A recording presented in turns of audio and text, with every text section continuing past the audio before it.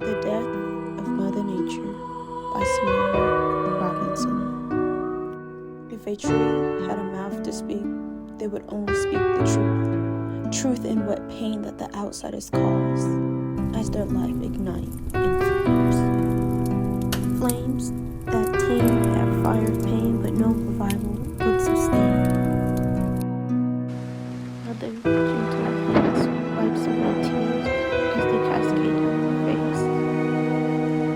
Her eyes could tell a story of pain. You could tell by the rain.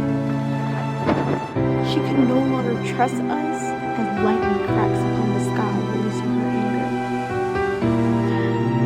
anger. She holds in her breath as death spreads east and west.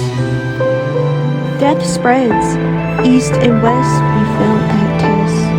We took advantage and now we face the damage. We have to face the damning of the damages, and all we did was take her for granted. Now we are the savages waiting for dead trees to be planted.